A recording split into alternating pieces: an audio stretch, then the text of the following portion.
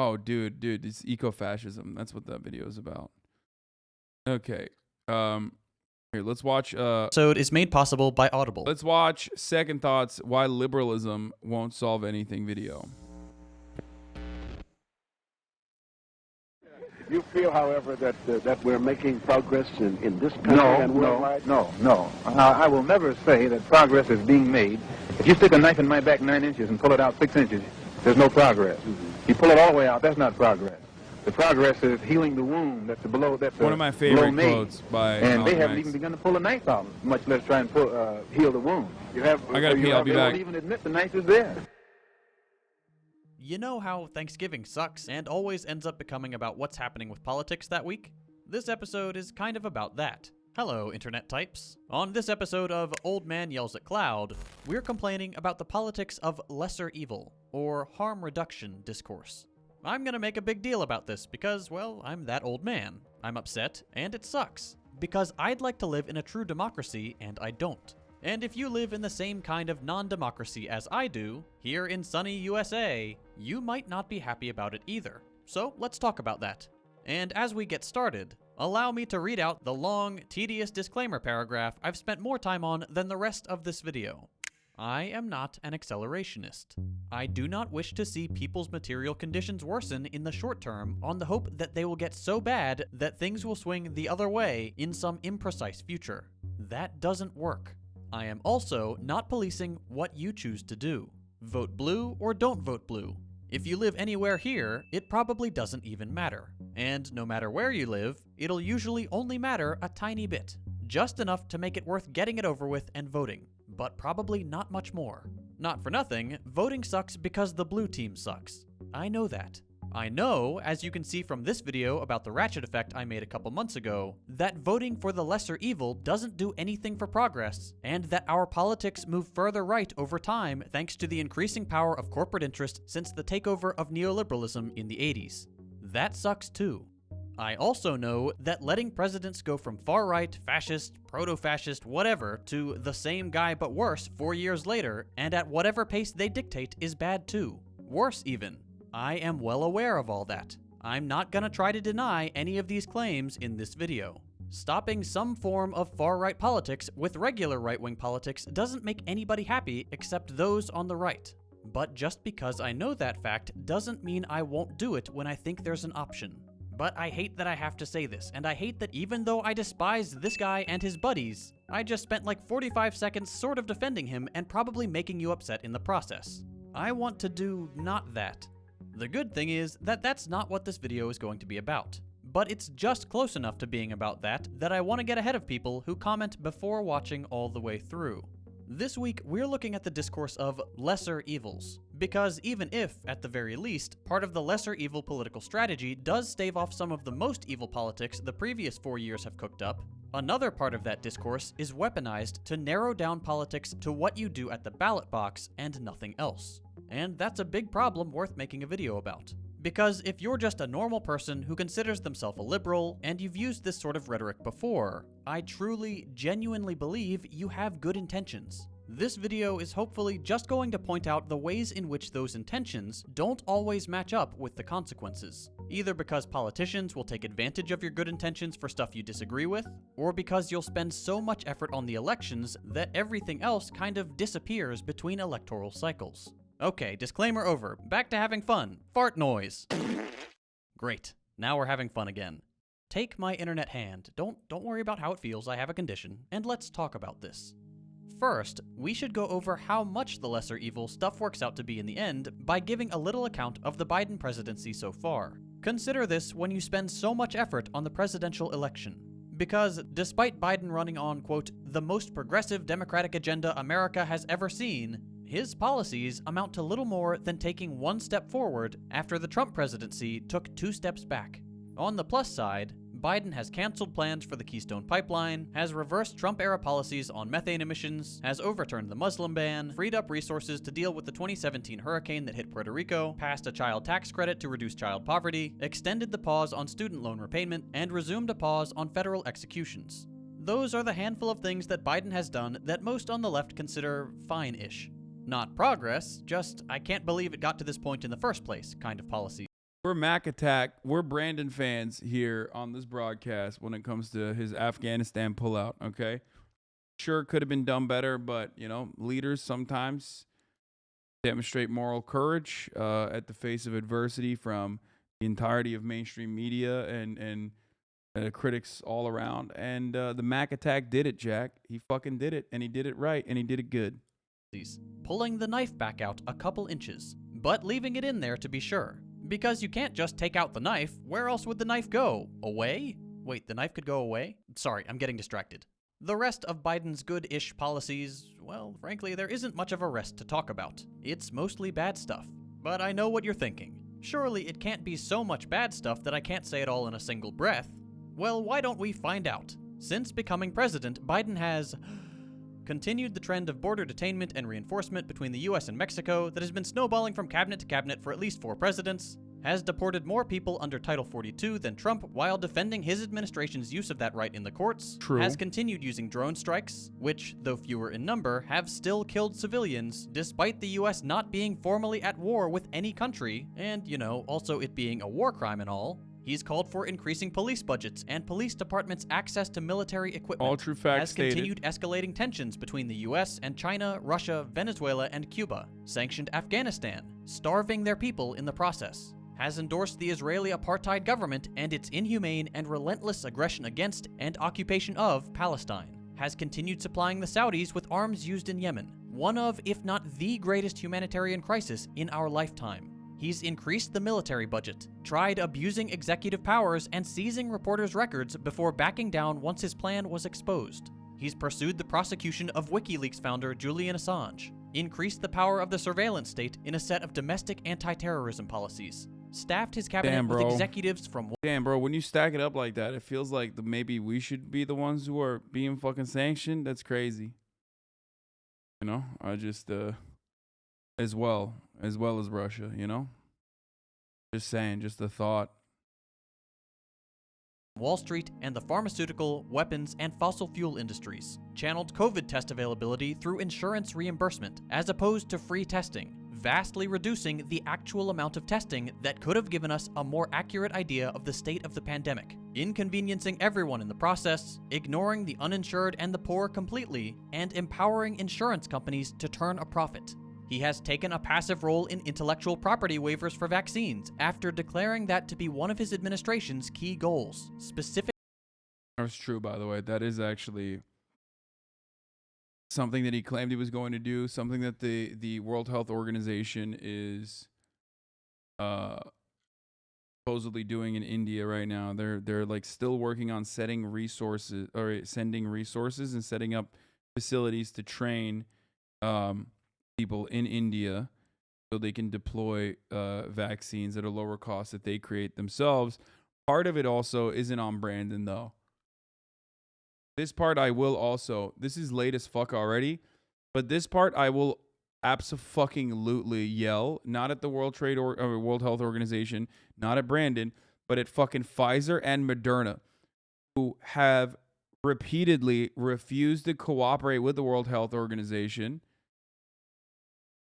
They have repeatedly refused to work with the World Health Organization and open up their patents on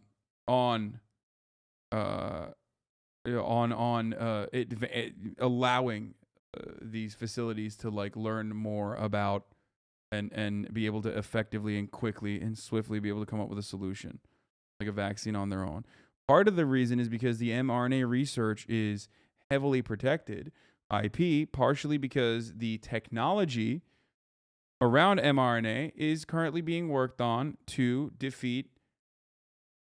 Dude, I said World Trade Organization wrongly and corrected myself like 3.5 minutes ago, and there's still fucking broken-brained mobile motherfuckers in the chat going, World Trade? You said, streamer said something wrong, dude. Shut the fuck up, okay? Goddamn, bro.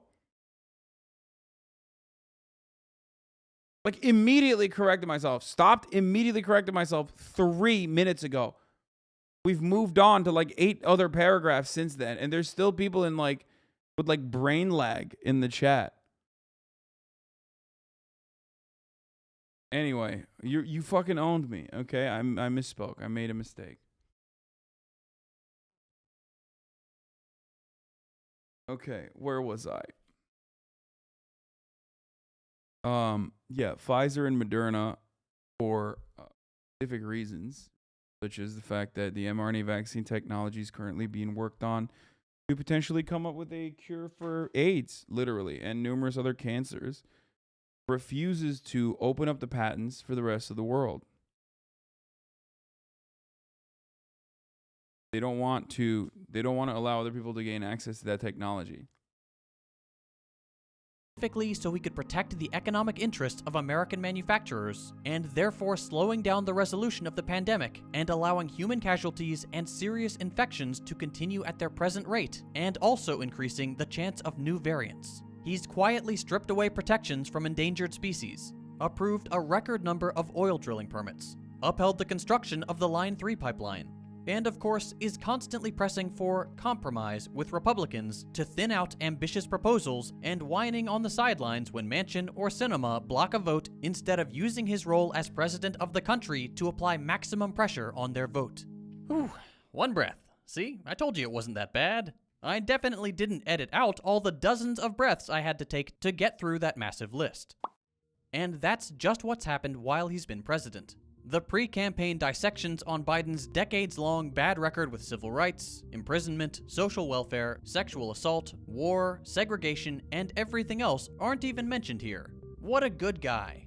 The point is that when we say the lesser of two evils, we are still contending with this much evil, and it's important to know that. As always, sources for this video are in the description. Feel free to fact-check any of these claims. Now, faced with this kind of depressing account, you might want to find comfort in local elections, where it feels like your vote actually counts for something and your values of equality, justice, and the basic safety and decent life of all people are guaranteed. But there too, in states and cities where Democrats act as a one-party state, their political decisions continue to hurt everyday people in the same way they do at the national level. Like a newly renovated wall in an elevator shaft, you're getting screwed at every level. From an advanced militarized police state in New York City, to a regressive local and state tax rate in deep blue Washington, where the poorest 20% pay over 5 times more in taxes relative to the top 1%, the Democratic record doesn't improve simply by lowering the scale to local politics. It's also, of course, in blue states where affordable housing is hardest to find. Education is most sharply divided between the rich and the poor, and inequality is rising fastest, to name just a few issues.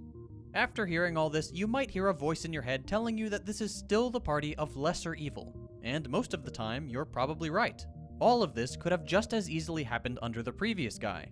Not to mention the staffing of courts by far-right judges, the relatively greater number of bombs dropped, the total and unabashed environmental deregulation, the bolstering of fascist networks and far-right militias, and that list goes on too. But it still remains the case that defending a party that so easily casts you and the people you care for aside does not win you anything. If they cannot care about you this much, why care so much about them? Much more beneficial to the realization of your values and the way you want to see the world work is to spend maybe 2% of your time on pushing these institutions to the extent they will allow it, voting for whoever does the least harm in the short term, and the rest of the energy you set aside for politics, the 98% remaining, into bettering the world directly. Spend 15 minutes every 4 years slipping the paper into the box or pushing a touchscreen, and then spend the massive amount of time in between doing stuff that matters. Half of this country doesn't vote, and you've never seen that convince a Democrat to move left. So work outside elections. If it's mutual aid, it's mutual aid. If it's learning more about how to organize, what different political theories offer, general education about the plight and suffering caused. Our resident lib chatter sent a message, said, Year 1, what has Biden done? Mega threat, 1.9 trillion American Rescue Plan. Literally like almost a tenth of what was promised, okay? 1,400 stimulus checks for adults, children, and adult dependents. Supposed to be 2,000, but it's 1,400. Still less than Donald Trump. Remember that. Americans will remember. Doesn't matter if you remember it or not. 1 year child credit expansion. Again, literally a Mitt Romney policy that was even harder than that. A Mitt Romney policy was more extensive than this. Okay, this is the only thing we've been able to get done. Removed income requirements, made it fully refundable. 1-year EITC expansion. 350 billion state and local aid. 130 billion for schools and safe reopening. 40 billion for higher ed, half of which must go to student aid. Extended 300 supplemental UI through September 2021. Already passed through. We're done. A lot of states were, pushing against it regardless.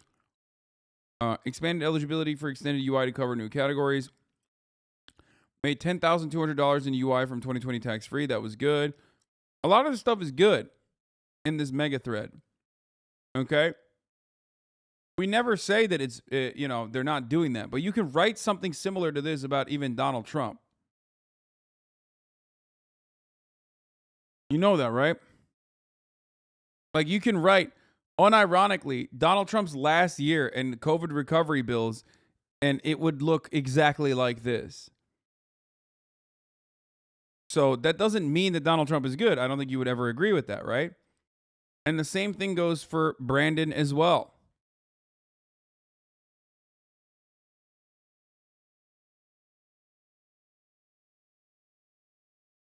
Like $5 billion to fight homelessness. Oh, sick, man. That's a lot of money. State of California put down half of that just for the state of California alone. It's not like we're fighting homelessness. Hasn't happened. 100% Cobra subsidy. Oh, sick. God, liberal. The mind of a liberal is so rotten. Oh, it's great, dude. They're subsidizing Cobra. For those of you who don't know what that is, it's basically an allowance for you to be able to, like, for the government. It's a bribe that the government pays to the insurance corporations, to the insurance industry, so that insurance will allow you to, if you get fired for up to 36 months, pay the entirety of your premiums while still maintaining your fucking workplace health care, despite not being a part of your workforce anymore. It's a way to fucking stop gaps in coverage. As in, oh, you're fired now, but your insurance bill is still going to be like fucking quadruple the cost that you now have to pay. Oh, also, you don't have a salary. That's the American solution. That is the American solution to the healthcare problem, because our healthcare is literally fucking tied to our employment here.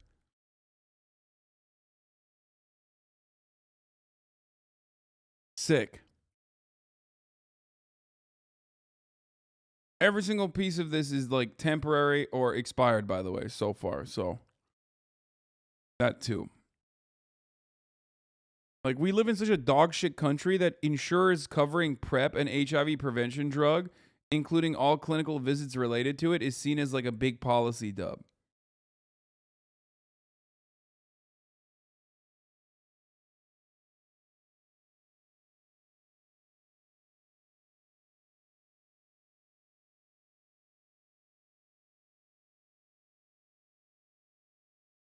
New year-round special enrollment period for low-income enrollees. Restored Navigator program to assist ACA sign-up.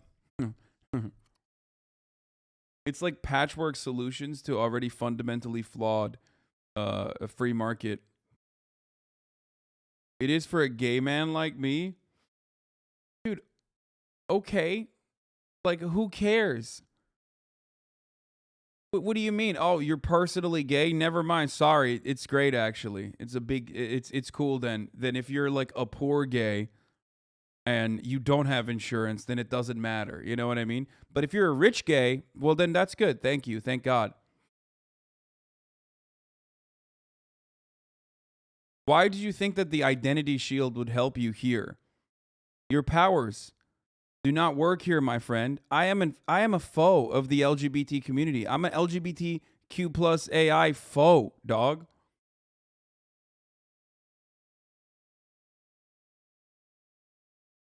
And again, and I have to repeat myself, no one is saying this is bad.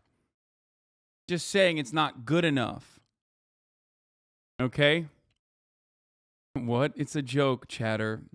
Making a joke about people say they're LGBT allies, okay?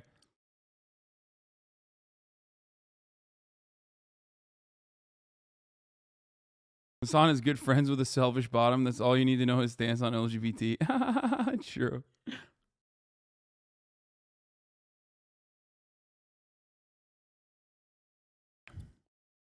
Eliminated all Medicaid work requirements, permanently removed restriction on access to abortion pills by mail, signed the Accelerating Access to Critical Therapies ALS Act to fund, rescinded Mexico City policy global gag rule, which barred international nonprofits from receiving U.S. funding if they provided abortion counseling.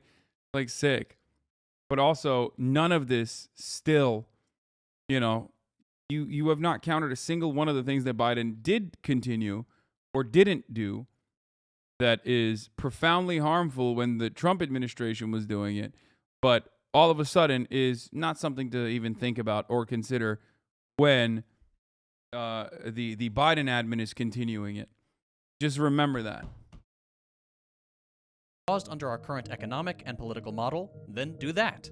If it's informing others and winning them to your side, spend your energy there. It is infinitely more valuable to create systems that resolve the problems you see directly when possible, to directly improve people's lives and fight to change the system that constantly underpromises and still manages to underdeliver, than it is to fight tirelessly within the framework of a system built on preserving the decaying status quo. Everyday people's influence on a government of plutocrats is nearly zero. Working to change that government, or making it increasingly irrelevant through networks of solidarity, that is where your influence and your mark on the world will be the most felt. I understand that this isn't for everybody, that spending time on... Even the leftists forgot about the border shit, sadly. I 1,000,000% did not. I've covered it regularly and routinely and non-fucking stop, and do this day all the fucking time. Title 42 being continued into the Biden administration against judges at the federal level that have tried to stop using Title 42, and then having Biden administration prosecutors unironically defend it in the exact same way that the fucking Trump administration did is actually disgusting, abhorrent, abysmal. Not as bad as forgetting the top of the hour ad break, though, and then running it 10 minutes in. Okay. Elden Ring soon, Pussy Boy, yes. At the top of the hour, there's a 6-second ad break. If you no longer want to see those ads, all you need to do is subscribe. Do that for $5, or you can do that for free with the Twitch Prime. Okay. Right, here's the 1 minute ad break now. Politics is exhausting and difficult and never feels like it amounts to much. The thing is that you're probably already doing it. There's a chance you will have spent a tremendous amount of energy fighting tooth and nail for the lesser evil and come out on the other side with only meager rewards for your efforts. Insignificant compared to what you put in. Practically nothing. Spend that energy better. People who spend day and night talking about the lesser evil and harm reduction, either in the run-up to a big election or whenever someone starts critiquing the other kind of boys in blue, know this. It's a purposeful distraction and reduction from what politics really is. Organizing human society, not the spectacle of two guys duking it out. Nurture within yourself the voice that is already there, telling you that the Democrats aren't doing enough for you, and resist them at every turn. If you live in a safely blue state and don't have to worry about the even worse party getting through, vote third party unashamedly. The spoiler effect of first-past-the-post voting is a built-in feature of our electoral system, and threatening a party that does not give us enough where it feels safest is incredibly minor, but necessary to scaring them of our collective power. If you work in an industry that is already unionized or has the potential to be, use your collective power there too to get the gains you are owed and resist the people desperate to wrestle them away from you. By all means, pull the lever on the trolley, but then get off and start ripping apart the train tracks. I know that this is an idealistic narrative that's easy to cast aside, but really meditate on how much of your everyday life is poured into obsessing over what happens in a room full of old, wealthy people made almost completely unaccountable to you and me. And think about where that... Our third-party options are fucking laughable, for the record. That unfortunate reality. Energy could go instead. Elections are not without their importance, but under a political and economic model where they will always stop short of actually representing our collective interests, they will never be what politics is really about. For one thing, it's because these systems weren't built with democracy in mind. The birth of the Republic happened at a very particular moment in history, when revolutionaries wanted to throw out the kings. Once they figured that out, they had a list of ideas about what they wanted to do with society, and they built their political and economic system accordingly, creating institutions that would deliver the changes they saw fit. not pristine displays of human democracy. The Founding Fathers were terrified of democracy, the idea that those dirty pores should have a say, and they built a political order explicitly on the idea of giving a few wealthy, landowning whites the power to decide the politics and economy of a nation. Whatever mechanism let them— Can you vote for the Libertarian Party ones? That what? Literally vote over the Libertarian Party ones? These fucking posters coming from? Are people just like making shit up about me on the internet? Like, what the fuck? About like the craziest things? Created yesterday, following says yesterday. What's wrong with these people, man? Why are they like this? They have the silliest fucking takes. Them do that is the one they kept and enshrined in a constitution. It's no accident that we have first past the post voting and politics based on territorial representation over political pluralism. It's what keeps the same people in power election after election and keeps any challenger party out. It's no accident that the country is led by a single guy with almost infinite political power. The Founding Fathers kinda liked the idea of a monarchy. One guy with all the power. Mono meaning one, archy meaning power. Just not from an unelected, snaggle-toothed Brit. It is no accident that the only real way to gain political power in this country is by cozying up to corporations and the wealthy, to be in the good books of the media institutions that reach into every American household. It's what keeps revolutionaries out. The point is, even if we all have the right to vote today, well, you know, except if you're under 18, a felon, not a citizen, forced to work that day, don't have the kind of ID that is now the right kind all of a sudden, you've been purged off a voter roll, have a disability that makes it impossible or nearly so to get to the polls, or generally speaking are part of some racial group your politician doesn't like. Just forget all that for a second. Even if we, quote, all have the right to vote today, we are still doing so within the bounds of institutions that are built around preserving a very specific status quo and the power of a wealthy few. People complain that Congress doesn't do anything because, well, yeah, that's the point. Under a political system like this one, and an economic model that allows a few people to exploit it to its limit, your values of egalitarianism, of justice, of guaranteeing people a decent life are just not going to be realized. And certainly never to the extent that you think is morally correct. You're a good person. You want the best for yourself, for your family, for your friends, and for the rest of the regular, decent people in this country and around the world. The kinds of things we all want for our fellow human beings aren't going to happen as long as someone can go digging for power in deeper pockets. And as long as the capitalist, neoliberal status quo remains in place, there will always be deeper pockets than yours and mine. I realized that for some of my audience, After all these years in videos like these, are you trying to tell your viewers low-key they should video game the system they live in? What? this video may have come across as fairly accusatory. I definitely don't intend to attack anyone's beliefs, but it is important that we all get on the same page about just how ineffective liberalism really is. Changing your perspective isn't something any of us can do overnight. It takes dedication, hard work, and deconstructing some of the erroneous beliefs we hold. To make that easier for people, I try my best.